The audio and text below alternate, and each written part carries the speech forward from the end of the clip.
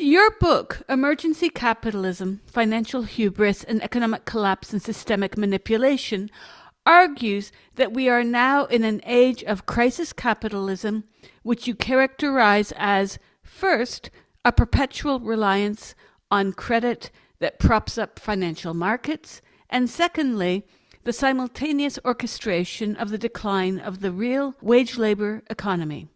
You suggest that the recent era of capitalist politics is shaped by efforts to prolong this emergency paradigm where there is a controlled demolition of work society, which necessitates a deliberate shift away from the liberal model based on mass wage labor and free enterprise. And you assert that this older system is being replaced by a centralized control system that manages a state of perpetual crisis. I am struck by similarities in your analysis of this emergency capitalist system to Naomi Klein's and Anthony Lowenstein's Disaster Capitalism, which, as I'm sure you know, examines how crises are used to implement free market policies. But there's a difference, of course, because their book posits a more focused and less intentional, I'd say a less permanent state of emergency than does yours. But more deeply, I see parallels in your work to Giorgio Agamben's criticism of law and governance and his state of exception, which describes a paradoxical situation where the law suspends itself, blurring the lines between legality and illegality to govern the people during a crisis. And what I find most similar is how he argues that this state of exception isn't at all temporary, but it's the new normal. It's an ongoing condition, actually, of modern sovereignty, where the sovereign power operates by suspending legal norms rather than following them. So chaos is the result of the situation Agamben outlines, where there's a breakdown of established legal structures and a move towards a new lawless form of rule, where the suspension of law becomes, again, the new normal. So it seems that emergencies have become this kind of go-to for how, in your work, capitalism seeks to ensure its hegemony and control over newer markets, even invention of newer markets. And I mention Agamben, even though his work is not at all addressing markets, but states of governance and law, because I see many parallels, Fabio, with how you refer to the emergency paradigm and his terms of power. For instance, we saw under lockdown, here more than where you are, the sudden shift from the verboten requests for decades. I remember in the 90s, disability charities saying, well, we have people who are simply unable to take mass transit to get to work. Why can't they work from home now that there's this thing called the internet? Governments refuse to access any kind of thought into making laws to make it possible that people in wheelchairs could work from home. But suddenly, in 2020, everyone was told not only that they should work from home, but it was deemed as exceptional, as an emergency, and we saw, and I'm sure you saw these in The Guardian, all the positive ways of how your life could change for the better because it's more ecological, it's better for your mental health, and you can stay in your pajamas and work, right? But of course, these articles were about the laptop pajama class who could order Deliveroo and listen to music while they were working away. So can you speak a bit about the state of emergency that seems to be having quite a dominant force in reestablishing worker relations and being able to successfully convince people in not only that there is an emergency, but this emergency can be bettered with their participation? Yeah, I mean, this is for me, it's really a question of political economy ultimately. And I think that's maybe definitely what the difference is with Agamben. He doesn't really develop his concept of state of emergency or state of exception, rather, in connection with the critique of political economy, which is, for me, is crucial. That's also a difference with Naomi Klein, I think, insofar as it's not simply a matter of establishing some kind of neoliberal governance, but it's actually now the system is at a later stage where it's really about controlling superfluous workers, workers that are no longer needed by the system. Insofar as we're moving towards a well, we are already in a post-productive type of capitalism, which is driven much more than we are aware of, and that's another reason why I'm writing what I'm writing, by the financial sector, where it's money that makes money work. When money makes money work, and it doesn't make people work. So we are already in a kind of post-productive, hyper-financialized, and debt-based system that it seems to me requires more and more a constant flux of emergencies, which attain different, goals. First of all, they create states of exception that can exclude people, but crucially, at a level of a financial level, they allow for the creation of huge amounts of cash out of economic nothingness. Credit, essentially, that is the main engine of the financial system and of capitalism today as we know it. So because debt or credit, depending which way you want to look at it, is the kind of prime mover of the world we live in, it requires constant justifications to be brought into existence. And to me, that was particularly obvious in connection with the pandemic, because with COVID, before COVID struck, we were already approaching gigantic financial crisis that would have made 2008 look like a walk in the park. And I'm talking about 2019 now. So as I was researching that crisis, I started joining some dots and realized that the system needed what then COVID allowed the system to have, which means massive injections of credit. And so for me, emergencies, and there's a long series of them, but the acceleration of the emergency paradigm, as we've seen it in the last 5 to 10 years, perhaps, is fundamentally connected with what I define as the prime mover of the system today, which is debt. It's about the creation of credit out of thin air and that's the second point, is inherently inflationary, or in other words, it devalues the fiat currencies as we know them. And therefore, it also requires some kind of authoritarian control over populations. Because if hyperinflation were to hit, of course, the system would be in a situation of chaos, which would be hardly controllable. So I see the system trying to balancing something which is increasingly imbalanced and out of control, and it does it through this release of emergencies. Obviously, COVID for me is the key example that really opened my eyes to this use of global emergencies now. But let's not forget that COVID was immediately, as soon as they declared COVID over, they opened up the war, or rather, we saw that the war in Ukraine immediately started to kind of replace it.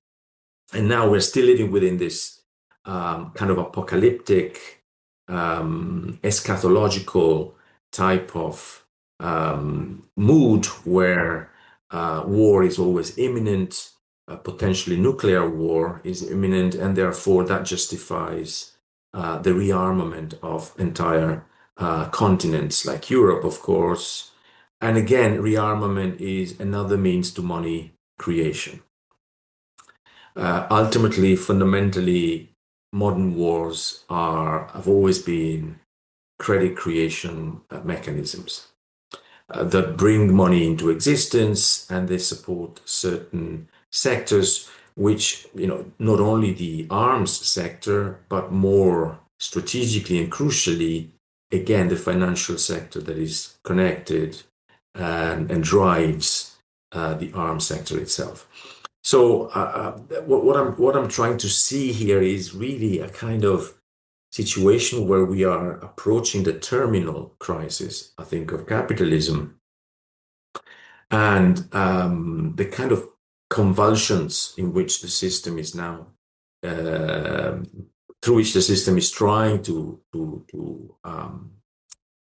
balance, to manage rather, a situation which is clearly out of control, and it manages it the way it manages it precisely, I think, by creating constant states of exceptions, um, which are financial and also biopolitical. And here is the link with Agamben. On the biopolitical ground, it essentially forces people, as you were saying, out of, it gives people a different identity, a different role in society. They are no longer needed as the engine of capitalist economics. They are increasingly superfluous. They can be sacrificed, again, another term that Agamben would use, with impunity. It can be kind of marginalized. They're no longer the center of wealth production. It's no longer the expropriation of mass labor that drives capitalism. Rather, it is the protection, the defense of the financial sector, which has now, for at least, I would say, 10, 20 years, taken over as the center of precisely capitalist production.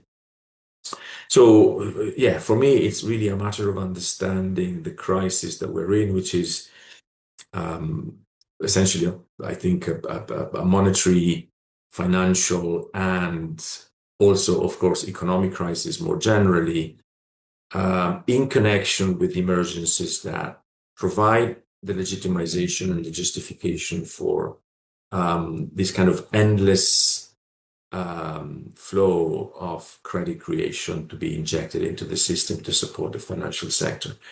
I always talk about how not only countries are getting increasingly indebted, so they're unable to reproduce themselves except via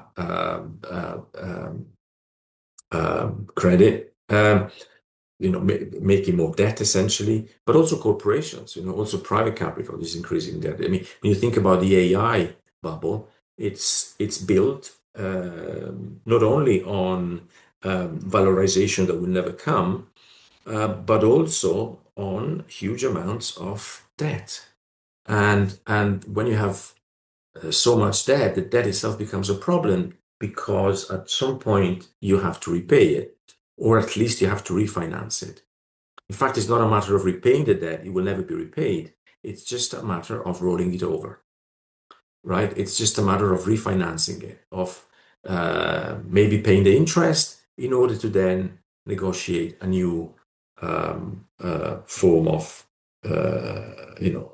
indebtedness. So yeah, I think that maybe begins to answer your question.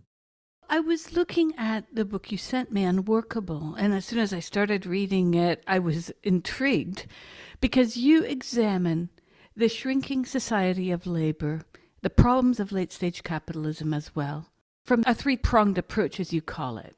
Hmm. Could you talk about why you chose these three analytic modalities and what capital and labor have to do with the societal loss of the symbolic efficiency? Hmm. And you refer to Baudrillard in this, which I really love, but his theory of simulation. Well, yes. First of all, in that book, it was just written during COVID, incidentally, 2020, 2021. I kind of I was really intrigued by, obviously, the kind of eternal question of the relationship between capital and labor. And initially, I started sort of investigating how capitalism was able to reproduce itself and to create itself, reproduce itself historically precisely by striking a specific relationship with a specific understanding of labor, which is an intrinsically Marxian issue. The creation, the invention of labor as abstract labor, right? So labor time. And on top of that, the creation on equivalence of a kind of, which is very typical of what we call modernity, a quantifiable equivalence to be measured in money between money itself and labor time. So to me, that is fascinating as insofar as it tells us that capitalism begins with this process of quantification of labor in economic terms. And that's what allowed capitalism to emerge out of the crisis of the feudal mode of production. It's essentially a new type of labor that is created by capital, and that fundamentally is the other side of capital itself. You don't get capital without labor, without that specific understanding of labor. And labor itself is dependent, of course, on capital as a process. And in that book, my argument there is that the labor-based society, for example, the first the Italian constitution, the first point in the Italian constitution is Italy is a republic based on labor. That labor-based capitalism is increasingly obsolete. Not because we no longer work or we are no longer required to work. Perhaps we never been asked to work so much as now. The problem, however, is that capital itself, now this has been happening for about 50 years, is no longer able to extract sufficient value, surplus value more precisely, from labor power. And this is because of intrinsic laws within the mode of production itself. Specifically, it's about the third industrial revolution and now the fourth industrial revolution, obviously. Third industrial revolution, microelectronics in the 1970s, and now, of course, the artificial intelligence revolution, which makes the problem for capitalism itself even worse because labor is no longer the source. It can no longer be used as the source of wealth extraction, of profit extraction, right? Surplus values. There's the famous. It's a kind of. We can explain this through Marx's famous law of the tendency of the tendency of the rate of profit to fall. The more you use machines, the less you're able overall to extract sufficient value from labor to run societies. So I think this process is fascinating because I think it really does determine a shift, a paradigm shift in the way capital operates. How? Well, capital doesn't simply stop working. It begins to shift its attentions to the financial sector, right? And this happened precisely in the 1970s when terms like derivatives and securitization started being used, started becoming much more fashionable and central to the operations of the system itself. So capital simply moves from labor to increasingly to sort of financial speculation. And that creates kind of a completely different set of problems, including the problem of credit, because financial sector is run essentially through credit. If the sort of credit flow stops, if we get a credit crunch, of course, the whole thing collapses. So, that's what I was interested in, the fact that labor is no longer the central sort of protagonist of the capitalist mode of production. Increasingly, it is sidelined. And this also, of course, corresponds to the corresponds with the historical sort of defeat of the left. Um, and capital becomes more and more interested in retaining control of itself as a financial as you know as financial capital. And this is also where Baudrillard becomes interesting because Baudrillard really understood, at least intuitively, this shift. And when he talked about hyperreality, which is, I think, its main contribution, the concept of hyperreality, the fact that we live in a world where we can no longer differentiate between the real in all its ambiguity and the fictional. Hence, we live in a kind of hyperreal world, which we mistake for reality itself. Um, that is the hyperreal world is the world that better describes, I think, this turn towards financialization, which is again typical of which accompanies the post-productive phase of capitalist expansion, and so here we are. This is really what I was trying to address in that book, keeping in mind that that book was quite heavily censored by the publishers because I was dealing with issues that were not deemed politically sensitive at the time, particularly my critique of the COVID measures and the fact that I thought that COVID was essentially a financial coup, and not an epidemiological disaster of the proportions that we're describing.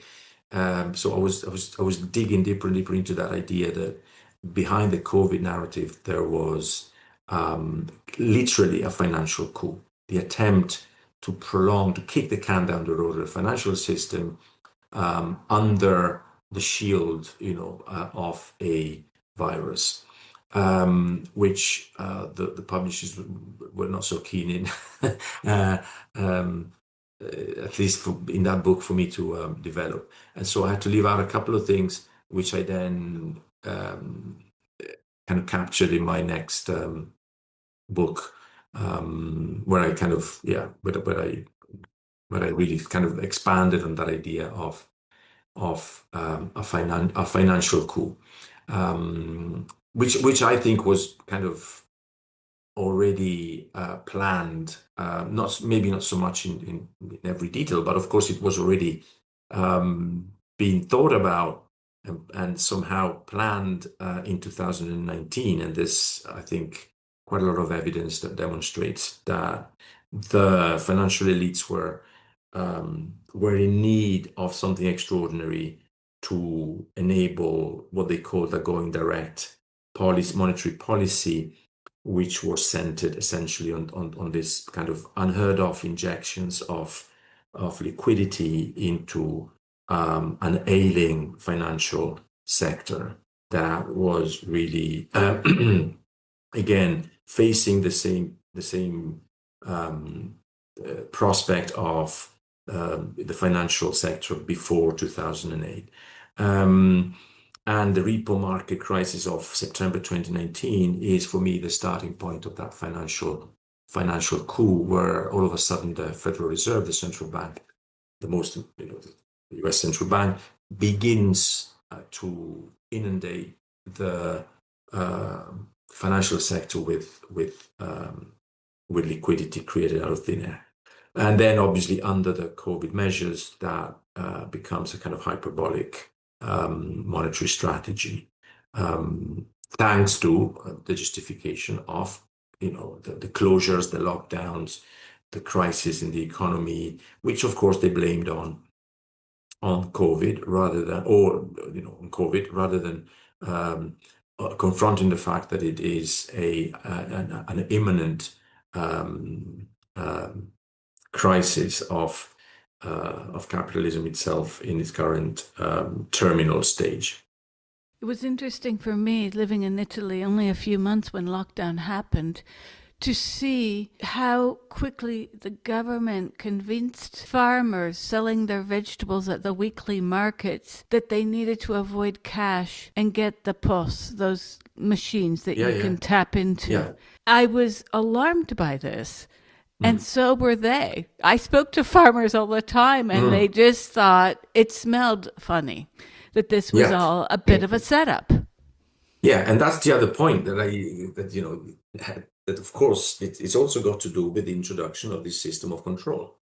It's the perfect excuse to put into practice this great reset, as they called it openly, right? Even as a as a potential for investment, for financial investment, because obviously it's connected with the AI bubble, the artificial intelligence bubble that we're in now. But it's also a mechanism of biopolitical control, obviously. I mean, it's so obvious and undeniable, especially from today's perspective, that we are moving in that direction where entire populations, or at least huge masses of people, are going to have to be regimented one way or another because they are not no longer necessary. I'm exaggerating a little, but no longer necessary in terms of um, capitalist value production. Well, you're not really exaggerating that Yeah. much, I have to say, Fabio, because you know what Yeah. shocked me about lockdown here? And Mm. it's the most sensitive subject for me because it actually destroyed my life in many Mm. respects, which I'm writing about slowly. What I found phenomenal is that the government didn't seem to care that they were Hmm. setting out of business. They were just destroying the businesses of Yeah. loads of people in firmly in what would have been called the middle class, and they didn't care what would happen to No. people over the age of 35, definitely over 40. This isn't the US where you can reinvent Hmm. yourself. In Europe, age discrimination is far deeper than I've seen it actually anywhere that I've lived. And the government didn't seem to care. Yeah. They No. just were like, go on with your day. Nothing to see Hmm. here. Yeah. Yeah, this is what I call controlled demolition, really. The middle and lower classes are going to disappear, they are going to be marginalized more and more because ultimately, and we need to understand this, is because how the mode of production is going to reproduce itself. It's going to reproduce itself more and more upwards, and those who are closer to the money printer, those who are able to penetrate the financial sector and understand how it works, they're going to reap some benefits. All the others are going to be excluded from it, and therefore they need to be regimented somehow. And it's a kind of regimentation that it's ultimately management of poverty, right? It's a management of immiseration, of collective immiseration. And I think this is what post-productive capitalism means. I'm not sort of defending the old times of the labor-based economy, blah, blah, blah. I don't think they were ideal either. But I think we're moving into a much worse scenario, which is now openly dystopian. More and more, increasingly openly dystopian. And I think understanding the process is crucial. And that's what I'm trying also to understand myself, how historically we got to where we are now. The mechanism requires now capital to reproduce in those ways because when you yesterday, even yesterday, I was listening to the budget here. The way that the UK are introducing this new budget. On the one hand, they were saying we will save a lot of money by implementing more and more AI mechanisms, blah blah blah. Right, that will allow us to save money. On the other hand, we will also create more jobs. And I'm thinking, how are you going to create more jobs when you're replacing humans with machines, essentially, right? There's an inherent not only contradiction but also blindness and stupidity and delusion in the way that politicians today are implementing these measures. I claim they themselves, at least at that lower level, they don't themselves understand what is going on. You can't introduce more machines, intelligent machines, and at the same time tell the people that they're going to give them more jobs and it's going to be growth related to those jobs. It's clearly not going to happen like that. And the only growth we're going to see is for the 0.1 percenters. They don't care about inflation. They don't care about the problems that we care about. Um, So, this is also why I'm talking about, from a psychoanalytic angle, about delusion.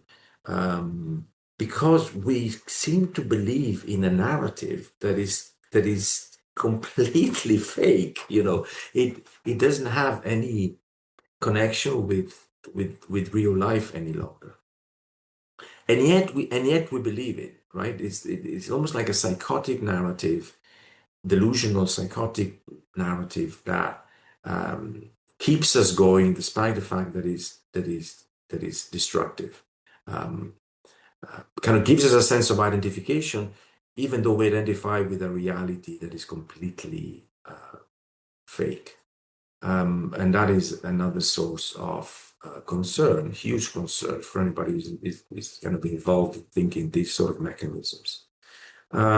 But yeah, I think this is the direction, unfortunately. There's no way we can resurrect the old labor-based type of capitalism that sort of lasted until more or less the 1970s, really, when the sort of the post-war boom ended.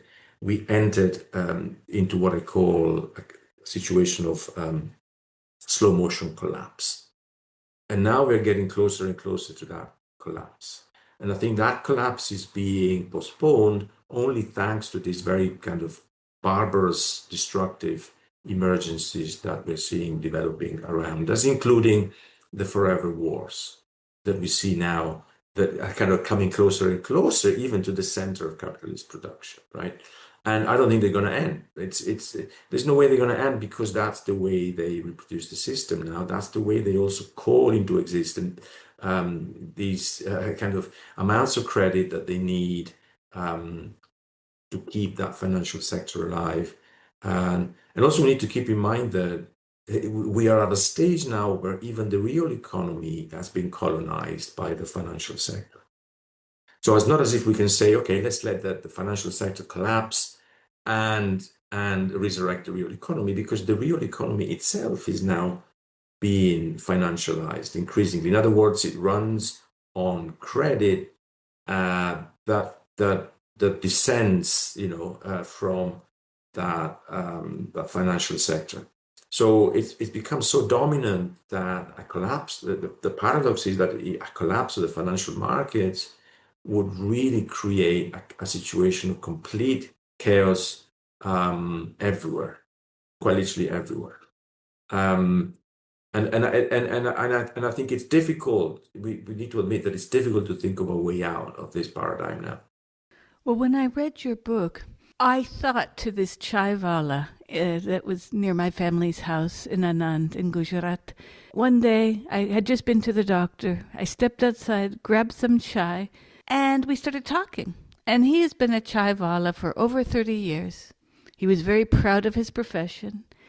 And we started to talk about the impending AI takeover Mm, of the world. And he said, well, I don't think anyone's coming for my job soon, but mm, I love working, he said. yeah, Even if I yeah, were, he said this, even if I were Donald Trump, I'd still want to come to work every day.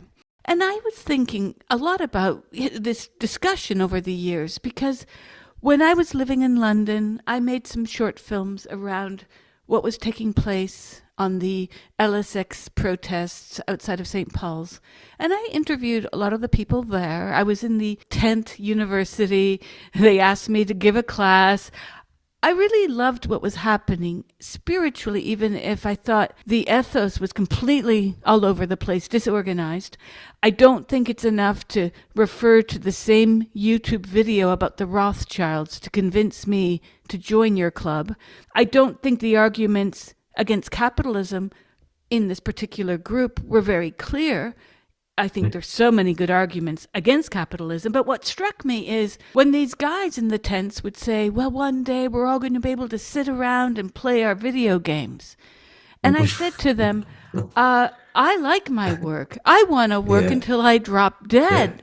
I mean, I don't want yeah, to traumatize my students, but I yes, want to drop dead working. yeah, yeah, And yeah, I think that we're at this impasse, Fabio, because yeah, in your essay that inside the bubble of successful paranoia, you write What we are witnessing today, however, is a different order of alienation. As symbolic structures erode, the subject is left increasingly unmoored, compelled to rely on delusional constructions to stand in for a social bond that can no longer hold. With the decline of the symbolic, the very medium that grants the ego its elasticity, the subject hardens into closed, defensive, and reified identities. I would like, if you could, talk Mm. about this kind of hinge between our need to be working social subjects and the loss Yes. of the labor force. This disjunction between the shrinking labor force and our need as humans to be occupied with a love that's not our Yes. personal life. Absolutely. Yes, that's a great question. I think it's really crucial, right? I don't believe in kind of post-work utopias. I think of the kind you were mentioning earlier. I think we need to work. We are what we make, right? And it's part of our interaction with the world. That's how I understand work. Obviously, we need to, I think, get out of that capitalist sort of quantification of labor. But work is a different thing. And in that sense, I am, that's why I've kind of gone back to Lacan and to Hegel, because they defend that understanding of work as interaction between the self and the world. However, is not the capitalist definition of work is something else, that is well beyond that, as it were. I'm very concerned about the fact that for decades we've had economists, political activists, and certainly political scientists on the left arguing against the kind of debt that is created for developing countries, now called the Global South. I really don't like that term.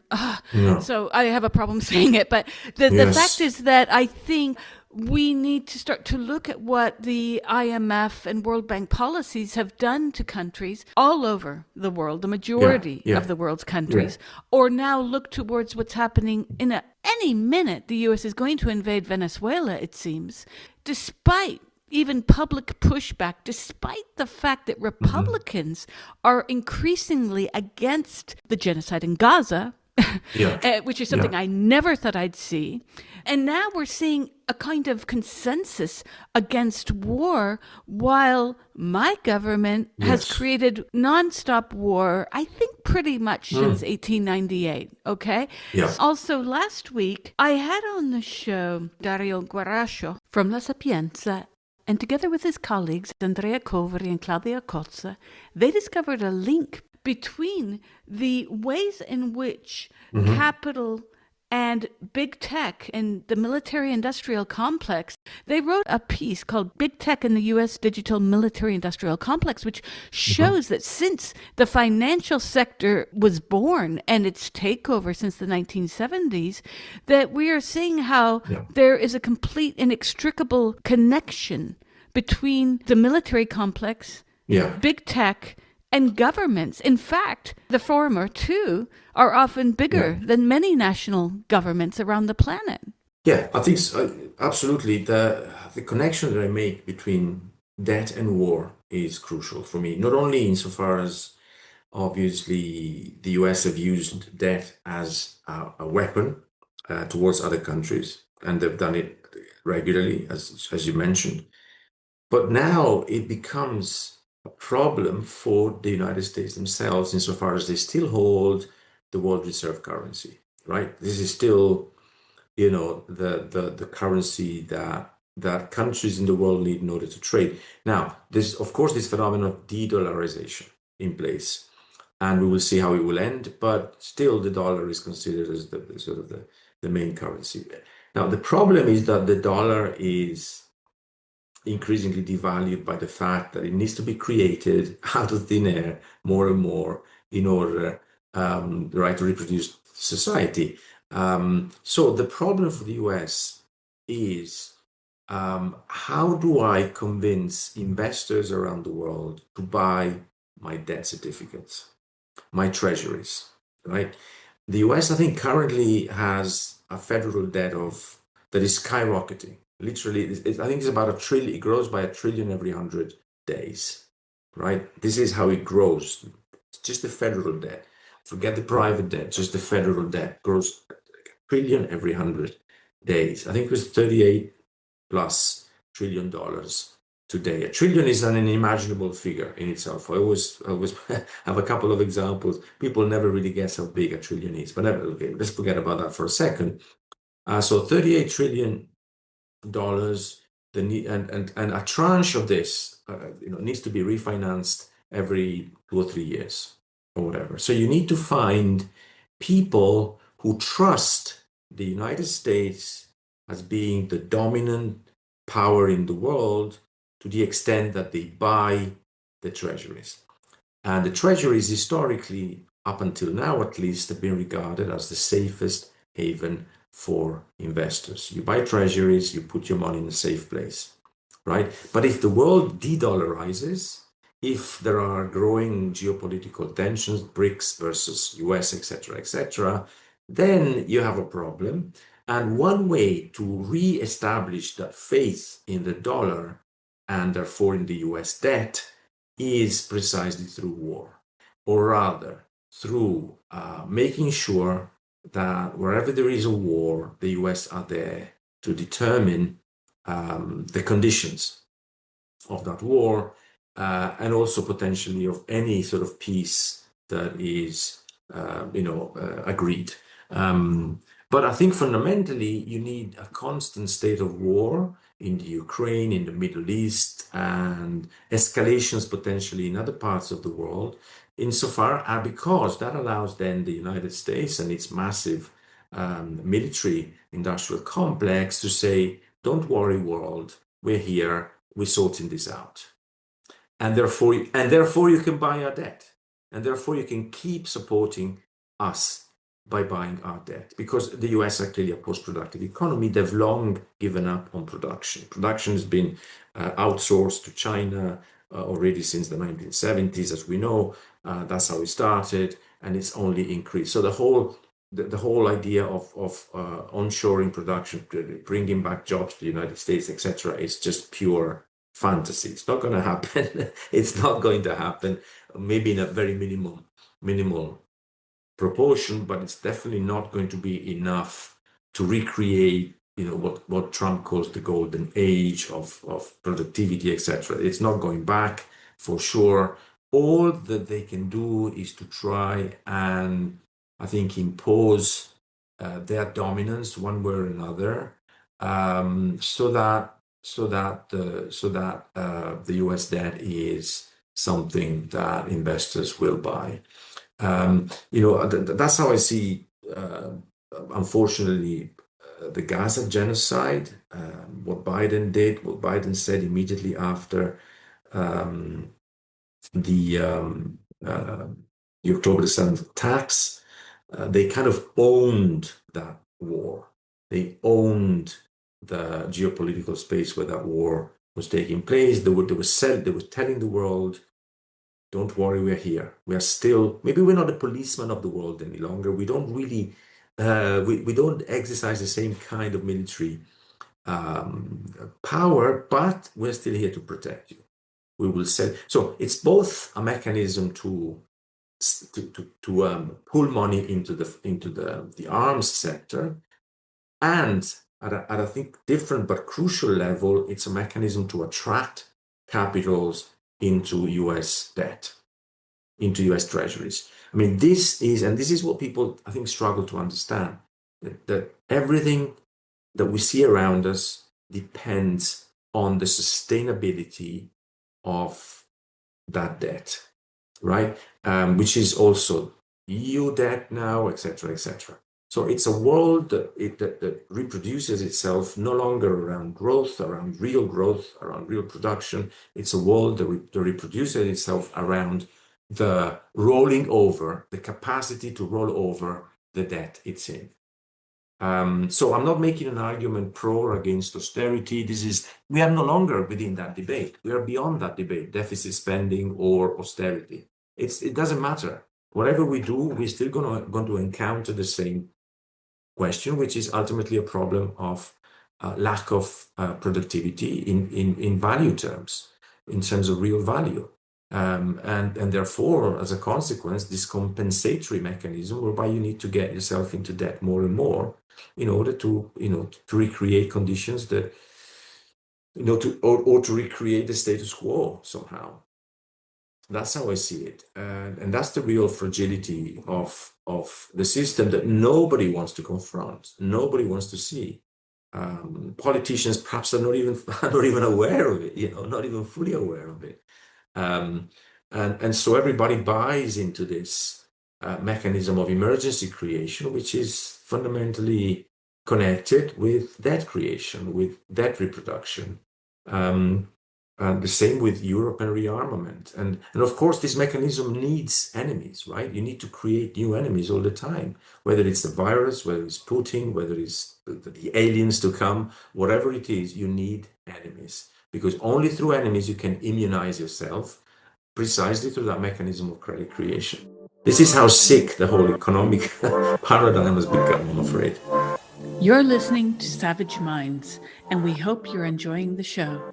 Please consider subscribing. We don't accept any money from corporate or commercial sponsors, and we depend upon listeners and readers just like you. Now, back to our show. I get weekly "You're a Putin lover" emails when we run pieces about Ukraine, and I sometimes publish them. Obviously, I remove names, but I find it all very funny yet quite sad because we're living in an era of complete collapse of reality. And again, we go back to lockdown. Men in Italy Yes. were given free Pornhub. We were told to do Unbelievable. didattica alla distanza. Gosh. Men were Oh my given God. Pornhub. I have a chapter coming out in a book this year Oh, on how women were expected to resolve the Einsteinian time space continuum. How can you work 40 hours a week and do yeah. homeschooling I and know. sleep and eat? No. And so all No, of this stuff was foisted upon us. that's right. Anyone, I don't know how it was in England, but here in Yeah. Italy, no one was being able to properly school their children because the materials weren't even available most of the time. Yes. It was a complete fiction. It was like Yeah. the bubble, the economic bubble, but in an academic didactic term. Yes. And That's then right. we had just moved to Italy. So Hmm. I turned to my partner and I said, okay, no more English at home. We have to, no more Yeah. English because she'll Yeah. fail the first year. She had Yeah. just left Yes. reception in Germany.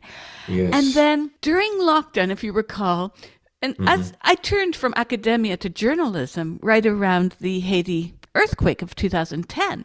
I've still been teaching in academia, but since I put both feet into journalism, I look completely different at the news, such as the many articles that gives you Venice is now clean. Look Yeah. at the canals of Oh Venice. my God. Yeah. Yeah. Yeah. And Yeah. then Yeah. it was like this, The and it dolphins would and be everything. Yeah. exactly. And then there was I all these remember. super yachts. There was one super yacht story Yeah. after another about how Yeah. this billionaire is going to save the planet with his God. Yeah. revolutionary super yacht. And I'm just thinking, oh, what drugs are these people on? Ah, Because it was yes. Yes. clearly, it was a psyop. I think it was It was actually a psyop.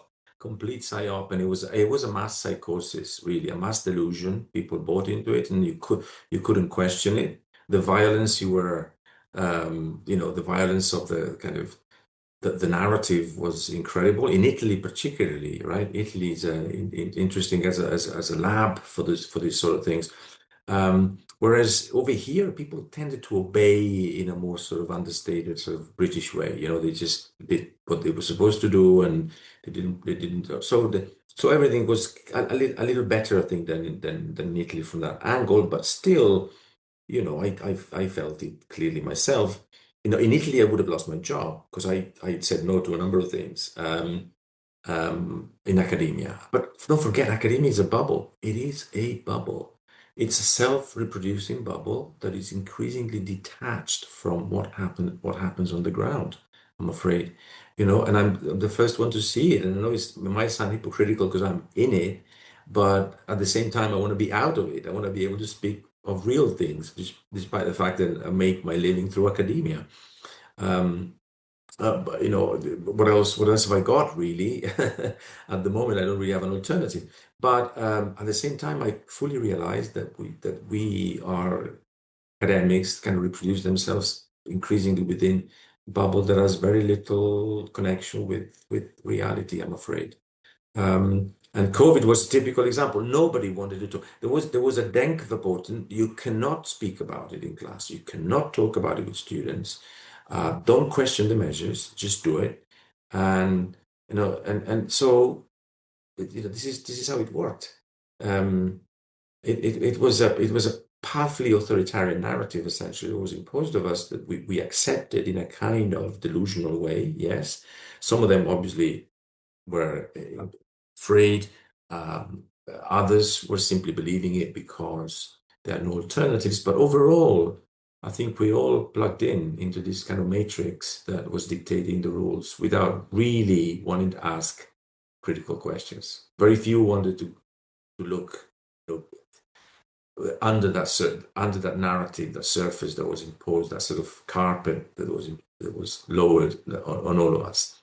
And I had lots of questions. In Italy, No, and they unrolled the bonus psicologo without yeah, saying why. Suddenly, the yes, government was going to yes. kick in some money for a psychologist. It's Hmm. just quelle coincidence.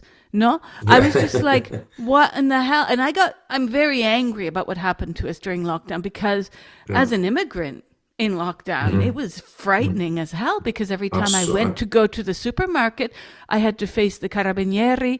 You had to have those Hmm. printed out forms, and they Yeah. changed sometimes twice a week. Yeah.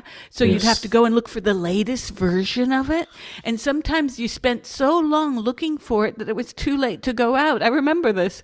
Now, what Hmm. happened as well here, aside from the wonderful Pornhub that was offered to people, we were given these kind of shifting goalposts all the time. Like week 3 of lockdown on the radio and TV, it was quando si può andare alla seconda casa. Yeah. Oh, quando si può vedere il calcio. I was like, what?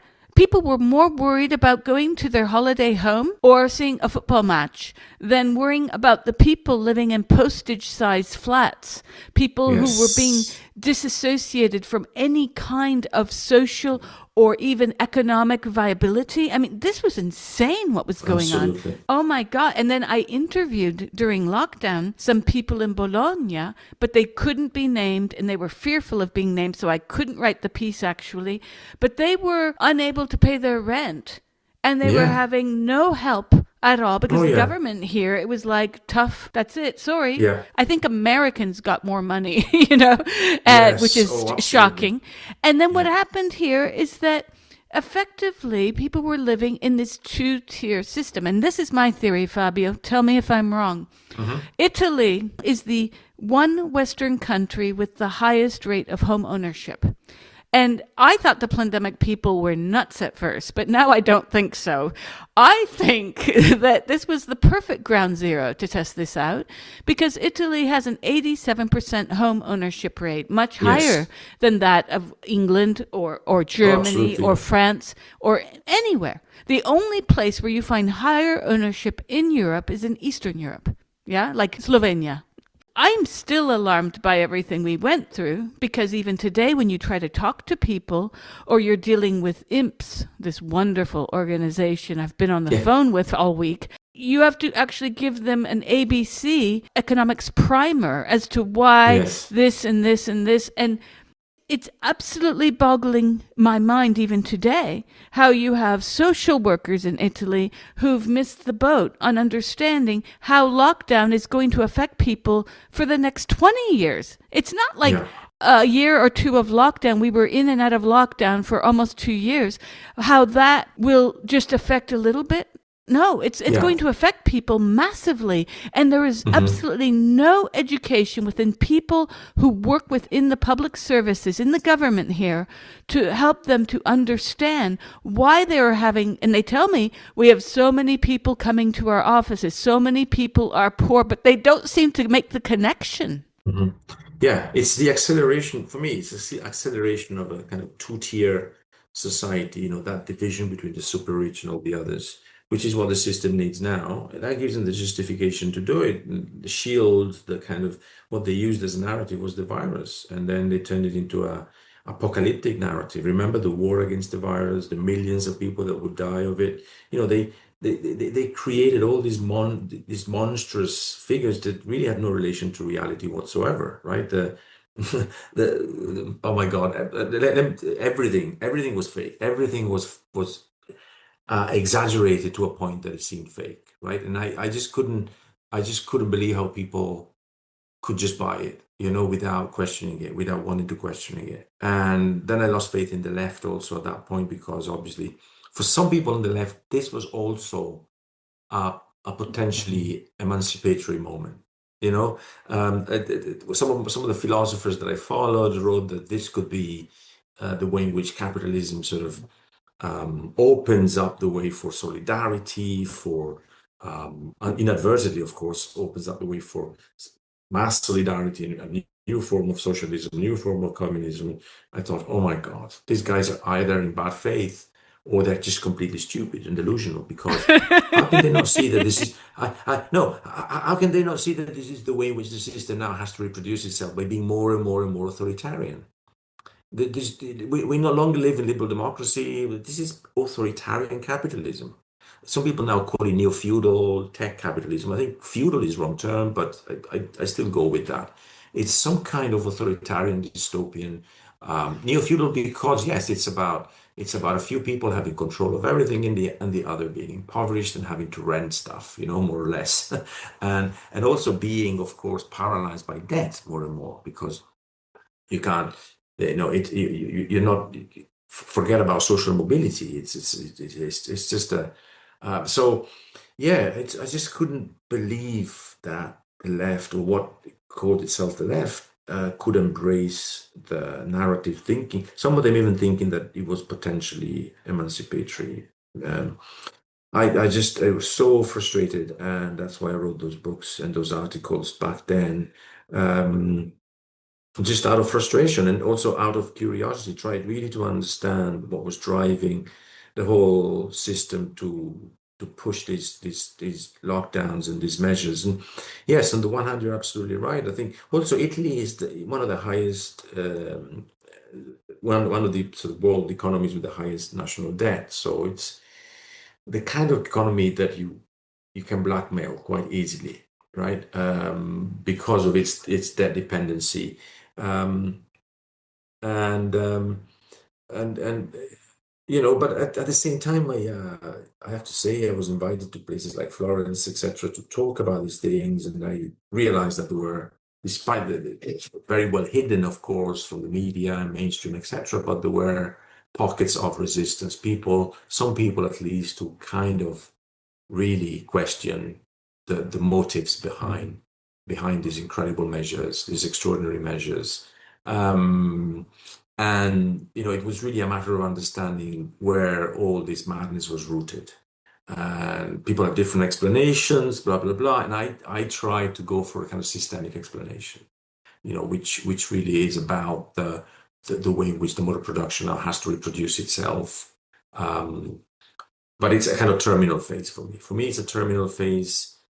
There's I'm not even sure we can call it capitalism any longer, to be fair, because it's no longer based on labor. It's now wealth creation, just money reproducing money out of nowhere.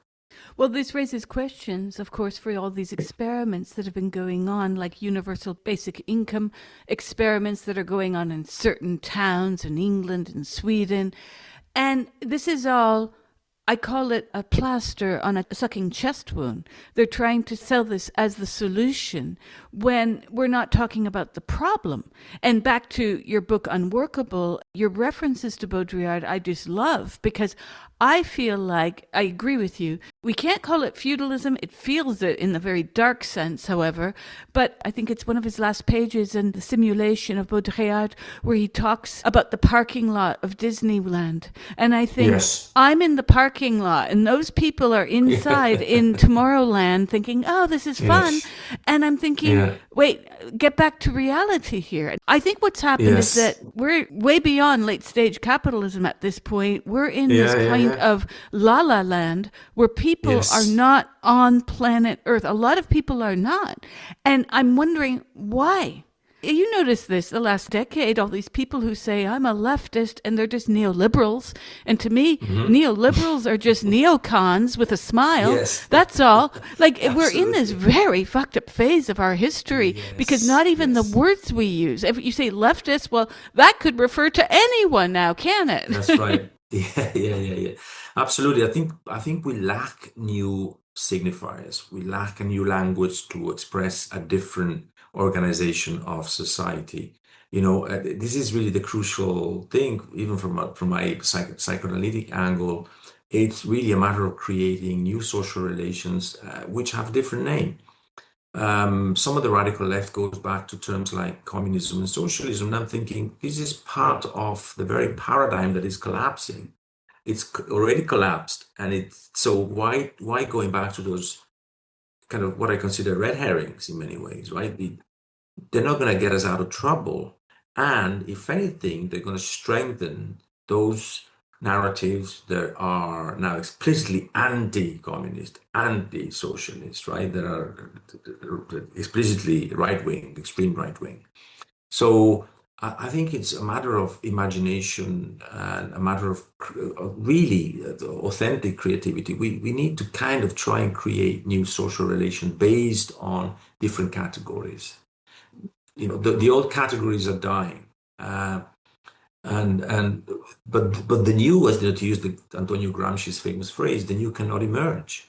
The new, what we see is just a series of very morbid symptoms, and the new cannot emerge despite the fact that the old is dying.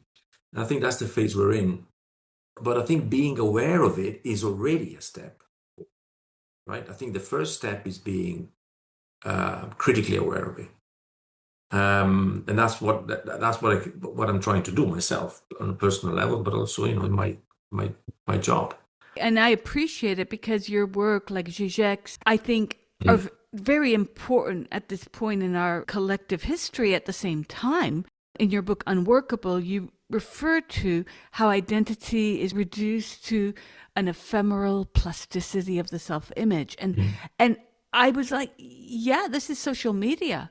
And we're more about liking things. And you realize that a lot of people are liking and sharing articles they've never read at all.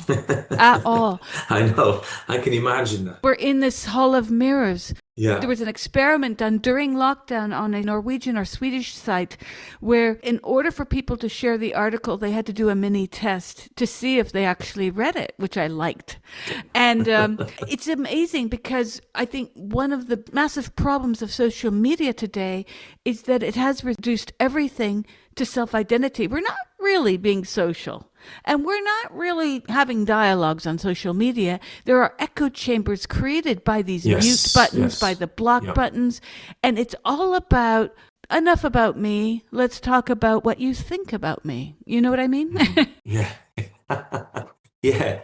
That's right. Exactly that. I think that's brand, what I call them brand personas. This is generate, and I think the techno capital, the techno capitalist class, they're aware of the fact that they can manage people like that, right? It's a way of managing people, preventing them from having this elasticity, which is crucial for any kind of subjectivity, right? Any kind of identity. So this kind of hardening of the ego, for me, it's really a sign of the time again. But uh, how do we snap out of that, delusional mode of identification? I think this is the question. We need to find ways of moving out of that and resisting it at least. And I'm deep down, I'm optimistic. I don't think humans can be totalized. I always say that. I don't think humans can be totally controlled, can be totally reduced to or zombies, to put it in an obvious way. There's always something in us that says no. This is I'm not going to do it, and I think that's where freedom is ultimately, right? What we call freedom is ultimately this capacity to say I'm not going to do it. And I don't even have to explain to you why I'm not going to do it. I'm just not going to do it.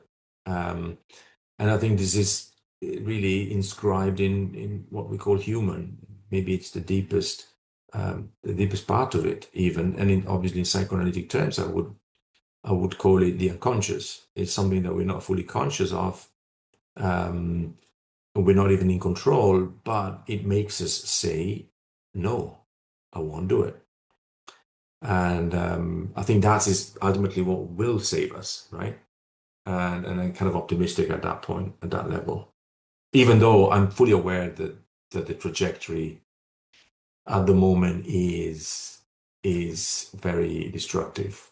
Well, we're in an era, Fabio, of feminists egging on a genocide in Gaza. Mm, And these same feminists are applauding the unanimous decision of the Italian parliament to render femicide punishable by full life imprisonment, even though every study confirms that these laws do nothing. yes. And we're not seeing dialogues happening on the ground because my daughter came home from school yesterday and was the one who told me. And I rolled my eyes and she said, but women are killed by men. And I said, yes, and men don't give birth to children.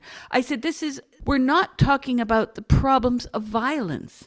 We are not Hmm. talking about, the feminists don't want to address Yes. violence that happens within lesbian couples, which is in Hmm. excess of heterosexual couples. They don't want to discuss Yeah. that because it's easy Hmm. to say male violence. And it's easy to say male violence and then egg on Netanyahu over Yeah. there. Yeah. Yeah. Yeah. Part of me thinks, Fabio, that we are plagued by our own organizations, our own lobby groups. Save the Yeah. Beavers, women are Right. oppressed. And I'm thinking, well, men are oppressed too. There's a reason why Jordan Peterson rose so quickly to popularity. He Yes. spoke Yeah. to the suffering that men go through that we should Yes. also address. You know what I mean? Like, I Hmm. think part of the problem is capitalism has made its way through to the human rights terrain, and people are very able to capitalize on that too.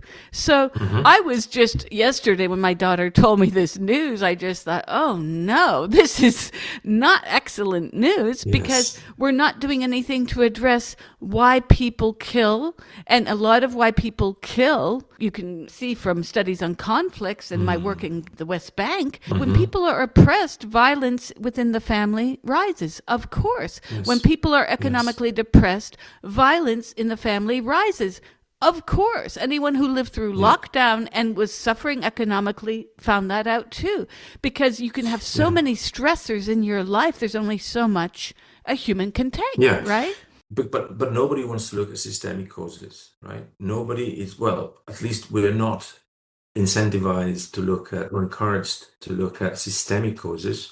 We are constantly pushed to into very simplistic and often just stupid, silly polarizations and conflicts, right? I mean, that's ideological by definition. It's a form of distraction almost. Don't look there where the real problem lies. Look here on the surface where you get a lot of symptoms, a lot of phenomena that kind of speak for that deeper conflict and antagonism. But look, don't look at it because that's not the cause. Whereas it should be the opposite way. You should always look for the deeper causes that determine all these symptoms. And I think your example is it's perfect, right? Like, okay, there's this problem in Italy, it's everywhere on the newspapers. There's lots of protests and organizations, etc., etc. But at the same time, what about the kind of systemic violence in Gaza, right? What about that systemic genocide? That yeah, sometimes we discuss it on kind of, but it's almost as if we discuss it from a different planet, right? It doesn't really belong to us. It's something that goes on, and yeah, there are reasons pro and against it. We just never really say how it is. It's a genocide. It's the extermination of an entire population that has been already under condition of extermination for 17 plus years. So that is nothing compared to what you were talking about earlier, right? Almost like a different level of consciousness, and that is the sad thing, and that's part of what I call manipulation, perception management, which is now very systemic too. It's really something that, as you're saying, is driven down from the top. I'm sorry, but it is like that. It's not, it doesn't just happen. It's driven by the media, and the media are a branch of the system. They're a branch of the very system that they talk about. So it's pretty obvious how they're going to talk about it, right? They depend on it. The media are not something external to the financial sector, they are part of it. So they share with it the same issues, the same problems, the same deficits, and so on and so forth. And therefore, they're a kind of ideological medium. Um, yeah, but all these things are not talked about, and certainly not in school or like I struggle also with my children. It's a constant battle to try and make them see where the real conflicts really are, not those that are discussed in school necessarily. In fact, exactly those that are not discussed in school. Um, but here we are. It's a tough one. Yeah. My daughter came home and I had to sign this form for Google in the classroom. Mhm. And I wrote the teachers, I sent them an essay I wrote in essence about Google's involvement with Dragonfly and Yes. creating. No, but I'm like, we're in Italy. One thing you learn when you're in London within a New York second is that the Yeah. top programmers in the UK are Italian. And Yeah. it's phenomenal to me that the governments, not just here, but everywhere, are just Hmm. pimping for Google. Like, education should be the place where they try out the small search engine. Go to the one we've never heard of. So my daughter's sick of me telling her about this, but I signed it. So otherwise she can't Yeah. do the lesson in class. Yes. I've asked the president, they don't like me, Mm. but I'm just like, can't we do an experiment? And can't you go Yeah. use Bing, for goodness sake? Use any Yeah. other, right? Remember Yeah. Yahoo?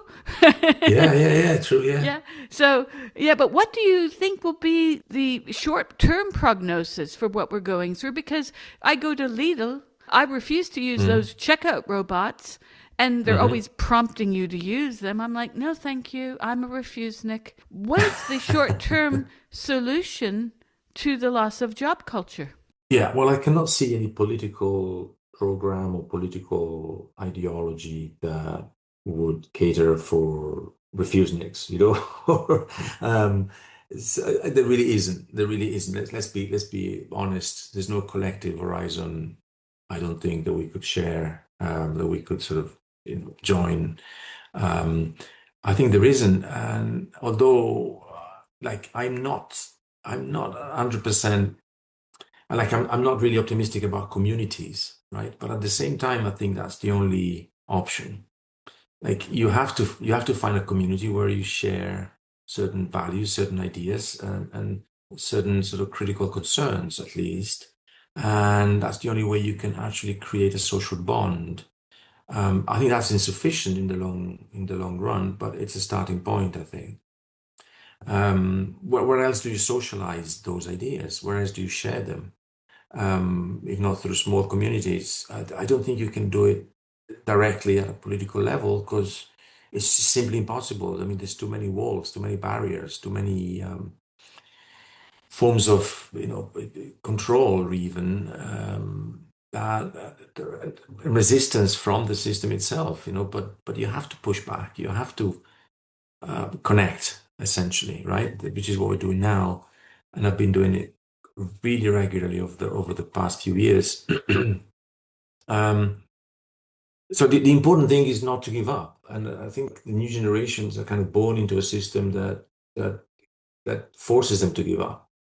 I completely hear you because our generation was born at the last gasps of capitalism. And Yeah. this generation, they're being sold lies on both ends. Get an education Yeah. in countries like the States, draw up six-figure debt, and Yes, then you can work at Starbucks if it'll still that's be right. Yeah. around, Yeah. right? Yeah, I mean, for them, when I think about my children, if you like, in a very selfish way, but I'm thinking about my children, obviously, I'm thinking, okay, your future, go for jobs that won't be automated, first of all, that there's no way you can automate, because all the rest will be automated and you will be replaced by robots. You will be replaced by, that's the logic of capital. if it can substitute human labor with machines or variable capital, or in Marxist terms, with constant capital, it will do it because it's cheaper to run, and therefore that enterprise will be more competitive on the market and make more profits. So it's a very simple law. And once you understand that, I think you have to try and, obviously looking at it in very pragmatic terms, you have to go for a job that won't be automated. And there are still a few around, thank God, but that's not a solution in systemic terms, of course. We need more in systemic terms. We need ideally some kind of political representation at some point, a collective struggle once more. But as I was saying, I can't see that on the horizon at the moment, unfortunately. What I really liked about your book, Unworkable, is how you take psychoanalysis into a critique of what is happening along with Marxism. For our listeners who aren't maybe familiar with Lacan's work, can you briefly explain why you chose psychoanalysis with Marxism? Well, the reason that I specifically chose it in that book is because Jacques Lacan in the 1960s, late 1960s, addressed the question that Marxism was also addressing, the question of value production, the question of surplus value. And he made an interesting criticism. Okay, this is quite maybe abstract for some of our listeners, but I'll try to explain it in the best possible way. That the very term surplus value in Marx is a term that is intrinsically positivistic, meaning that value is a positive quantity of economic value, essentially, that can be extracted from labor. It is extracted from labor by capital through exploitation.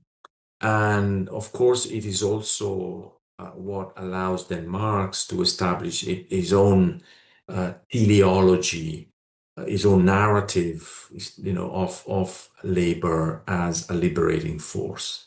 It's on the basis of the quantification of value production that Marx creates this idea that labor, workers, proletarians will eventually, defeat capitalism, etc., etc. And I think this is, in a way, the weakest aspect of Marx's work, because he buys too much into this kind of positivistic understanding of labor. With Lacan, on the other hand, you have a critique not only of capitalism at that level, but also of this notion of surplus value. He calls it surplus jouissance, surplus enjoyment. He basically says you should understand surplus value as being surplus enjoyment, meaning that capital itself is driven by what it lacks. Insofar as jouissance is ultimately something that cannot be quantified. It cannot be turned into a quantifiable measure. So to me, that was and remains very appealing, insofar as capital itself is, as I often say, is driven by a whole at its very heart. The fact that no matter how much it accumulates, it will only see what it lacks. It will only continue to be driven by what it does not have. In the assumption that at some point it will have it. It will have it all. But of course, that never happens, because if that happened, then capital would stop trying to reproduce itself, right? So the appeal of Lacanian psychoanalysis more generally is the appeal of what I also find in Hegel, the appeal of the negative, the fact that every system is driven in a kind of compulsory way, precisely by this unconscious perception of what it lacks. And I think capitalism, even though it tries today to become totalitarian and therefore a closed system, it still remains driven by what it does not have. Um, so any kind of techno-capitalist utopia to me is misplaced precisely because it doesn't account for the fact that capital essentially is its own absence, is, the fact that it's never it. It always has to reproduce itself as a process into something more than what it is. And I think that understanding that is very easy, for me at least, from a psychoanalytic angle, to understand that what we are is ultimately our mode of unconscious enjoyment. It's not our rational being, it's not necessarily a reason. What determines our existence is the drive towards or the drive of some kind of mode of enjoyment, which remains at least partially unconscious. Does that make sense? Oh, yes, yes. And this enjoyment, there's a drive, it seems, within It's a capitalism. painful enjoyment, right? It's a Yes. kind of jouissance is this term which means both enjoyment insofar as there's a drive, a compulsion, like an addiction almost. And insofar as it is an addiction, it's also painful. It's painful insofar as you cannot do without it. Um, like I don't know if for a writer, it's the addiction to writing. For a smoker, the addiction to smoking, right? It's the kind of same type of enjoyment. For a capitalist, it's the addiction to accumulate, which is painful because ultimately a capitalist doesn't is never content, is never happy, right? If you can just imagine a big capitalist is constantly working at creating more, at achieving more. If you think of a Jeff Bezos, for example, right? Can you imagine him being happy ever? It's constantly trying to get more. Um, and it's a process that is both painful and it also provides enjoyment, of course. How do the mechanisms of worker alienation and some of the concepts you discussed earlier Mm. that have to do with surplus value, let's say, now there is no more surplus Mm. value because there is no product, so to speak. In fact, the labor is being removed. I go to Lidl. I can only say I Yeah. want a human because maybe I'm saving a job or maybe they're going to think I'm Right. woke. But it's like, Yeah. funny story is I always expected the Lidl workers to be the first to lose work. But when I Yeah. returned to the university this fall, some of us were told that the courses were put online. Hmm. So they're now reducing their labor in the university by Sure. using the robots online. Yeah, and that reduces obviously capital's own capacity to create surplus value. And again, it's a very blind mechanism. And that's what Marx called the moving contradiction of capitalism. On the one hand, it needs to use machines more and more to be more competitive in technology. On the other hand, by doing so, it prevents itself from creating surplus value because obviously you can still, of course, extract and exploit workers hugely, but ultimately, by employing more machines, you don't extract surplus value from machines. So the rate of surplus value creation might even, or the rate of exploitation might even increase, and yet the value you produce as a totality, as a total system decreases overall. And that becomes a problem which is compensated for financialization. That's my argument about neoliberalism, that neoliberalism was essentially a turn towards financialization where this compensatory mechanism was politically legitimized. Um, but fundamentally, yeah, we are moving towards, machines, not even unproductive workers produce value, right? No, sorry, not all workers are value productive. This is the Marxian thesis, which I know it's a contested one, but I would, overall agree with it. The idea that you need to be a commodity producer in order to create value for capital. There's a lot of jobs that are simply not productive in capitalist terms. They are productive in many other ways, of course, but in capitalist terms, they don't create surplus value, and therefore they're bad for capitalist societies as a whole, right? They don't produce the necessary economic wealth to reproduce them. Hence, this compensatory move towards financialization.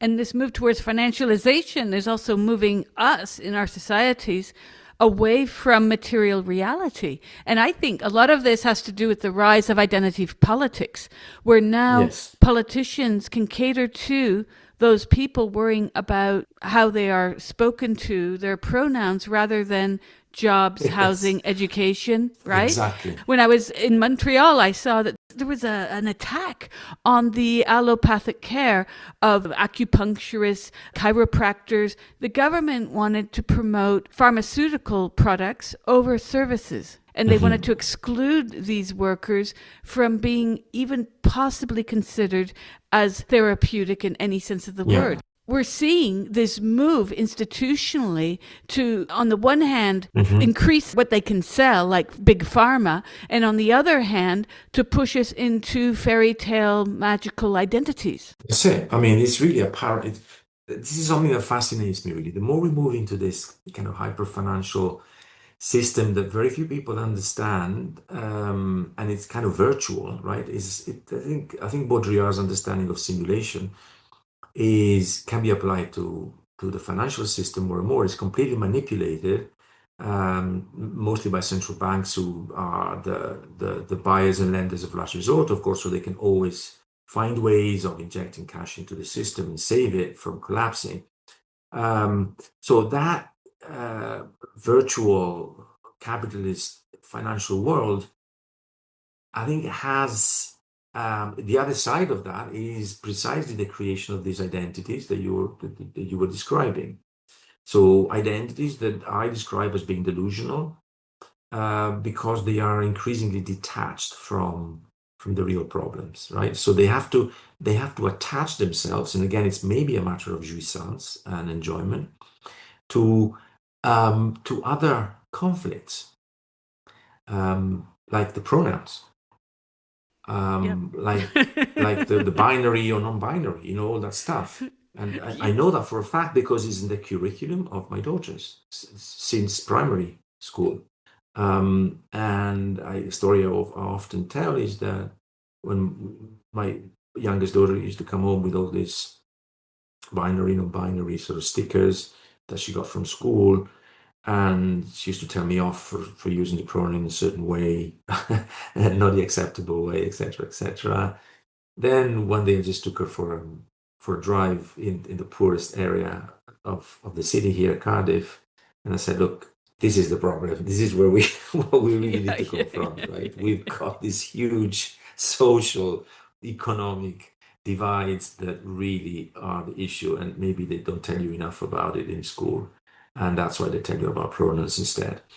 And I have to say, from that moment, she immediately got it. She immediately got it, and she stopped with all that kind of global war against pronouns stuff. Yeah, yeah. So, so I'm pleased but it requires a lot of work because they're being pushed into false forms of polarization. False insofar as they don't really reflect the sort of the deep ones. The day that the Italian parliament passed this law to put prisoners away for life for killing women, immediately upon all the alphabet soup Instagram were posts saying, "And what about us trans women?" And I'm thinking, Yes, and the of feminists course. wonder why critics Ah, say God. you started it. And they're right. They're absolutely right. This circularity, it's the snake eating its tail, and it's a great Yes, distraction for capitalists. They've got us all arguing about pronouns over here, and they don't have to do absolutely. a damn thing. They don't have to Yes, work. exactly. They solve the problem, and it's also a political issue because then, as you were saying, you talk about left and right, and the political left and political right, and they try to preserve a form of antagonism that is clearly no longer there, right? I mean, it doesn't really matter at all. Um, and yet they're trying to kind of reproduce that kind of polarization. And I'm just hoping that people can realize that it's all a distraction. It really is now more than ever a distraction. Don't look there in order not to look here. Um, that really is what matters more and more on an ideological. And I think it's important because they they know, or at least the system knows, that people still need to have some form of attachment, and some kind of form of moral attachment, right? People need to say, "I'm right about this, and you're wrong about that." And the moment they can be sort of plugged into a narrative that allows them to say that, then they're already half controlled, you know. And it's easy to control. Ultimately, they're sliding towards a state of kind of structural impoverishment, really, and giving up their freedoms, etc., etc. Even that. It's easier if you think that you're retaining some kind of moral um, set of values, that you're still operating according to a moral set of values, and maybe even a kind of moral sense of superiority. It's just easy to do it. Well, that's what's happening now, Fabio. I've noticed this. I read this excellent conservative essay. She's a conservative American, Helen Andrews. She wrote about how the pendulum, basically, she's saying, has swung too far, and that what's happened with women's rights is that now we are overrepresented in so many fields, and we've taken to dominating the managerial classes, such that now this is why we have all this EDI and pronoun badge Oh nonsense, my God, yeah. because we've entered into stage left and right the notion that feelings, sentiment matters more than reality. And Yeah, it's a really interesting take. And I'm like, she's yeah, right wing. And yeah. I totally agree with her. Do you ever have that happen? Mhm. And you're like, Oh, you agree with the wrong people, yeah. I don't want to agree with them, but at the same time, they touch on an issue which is in itself right. I mean, it's absolutely correct to say. I think it provides not only us feelings and sentiments, but really a sense of morality of like, that replaces any other kind of form of attachment, which would be much more urgent, than that. But so that sense of moralism, I'm right and you're wrong because I defend those categories instead of others, is again a form of distraction away from the real world, right? And the real world. And this is why Baudrillard is so important, though. I oh my never really God, got him absolutely. until lockdown. It was during lockdown when I'm like, Yes, me I too. said to myself, oh, he was right. Like Yeah. I Oh was like yeah. talking to myself at my computer saying, oh my God, this is so Baudrillard. Yeah, I never really myself. I was always, I don't know why. Maybe because Baudrillard was painted maybe the wrong way in academia, some kind of guru of postmodernism. But actually, he wasn't. He was very critical of that new sense of especially when he talks about morality in those terms, right? That the system has created precisely these false oppositions, false conflicts, and and it operates through them now, and it controls populations through them. It just it is incredible, incredible because then when you try to oppose it, they immediately label you as some kind of right-wing extremist, don't they? When you try to, even when you raise your finger and say, look, maybe let's think about it a bit longer, right? Maybe let's just consider that it might be wrong what you're saying, then you're immediately some kind of immoral or amoral kind of right winger, which is crazy. So you cannot have a left critique of those measures, of those kind of false, what I call false polarizations. It's really shocking to me how, even though, like, I agree that the debt crisis or even the economic situation is going to be very difficult for people to understand, but most people have not studied that depth of economic theory. Even myself, when I used to travel pre-lockdown, I would Mm. buy, this was my flight reading, was The Economist, not because it Mhm. was radical, but because it was something that I could sort of understand the Yes. ABCs, and I would read it because I was very aware, dealing with cultural and social politics, that that was vital to my understanding of my own Hmm. work. Even if I don't understand the ABCs of IMF or World Bank forcing, let's say, Peru to nationalize its Hmm. oil or mining, I know from the history of Potosi and the history of Cusco of what this would mean Mm. today for the largely indigenous populations who then go from working to nothing. And we saw this in England Yes. during Thatcher's reign as well in Yes. the Yes. mining areas. Exactly. So Yeah. I think, in a way, it's incumbent upon people to. I really wish that we could have not a Luddite movement, but a unhook from social media a few days a week movement. Yes, I can't wait for that either. Yeah, because Yeah. people are not reading anymore. I remember at NYU, when I was teaching at NYU last, this was 2002, my head of department, she had to speak to me and she said, "You're giving too much reading." And I said, Oh, "I've been yeah. giving this amount of reading forever. I have not given more or I haven't given less." Hmm. But this is what I noticed, is that people were suddenly reading less. And with the rise of social media, this became even more pronounced. At that point, her reasoning was because some students are working. Well, you see what I mean? These Ah, universities yeah. started to introduce get your bachelor's at night programs. So we had to cater to their business Hmm. model. You Hmm. don't have to read Latin American literature anymore. Just blink. Hmm. It's all very surreal. Yeah. Yeah. This is, you should see how it is now. I mean, now kind of reading is, if we get them to read a book, one book or a chapter of a book is already a huge success. And remember, now they use chat GPT, artificial intelligence, so they don't even need to read a book. They just can get it summarized into like three pointers by the machine, right? So that's all they need for their essay and for their assessments or whatever it is.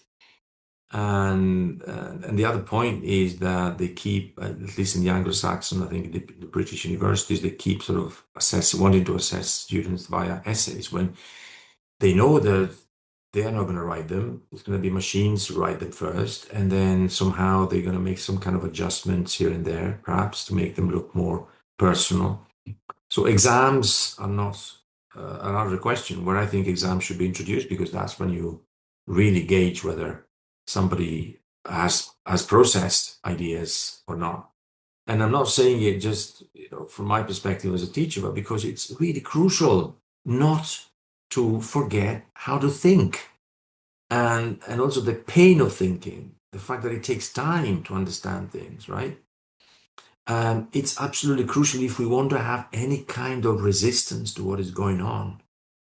It's the ABC. Without that, you have absolutely no way of fighting anything around you. So retaining that space, going through the process, sometimes painful, yes, but so what? Life is also painful. Of thinking is absolutely crucial. But if we let machines do the thinking for us, and or at least do the writing for us, then there's no hope. We only have ourselves to blame.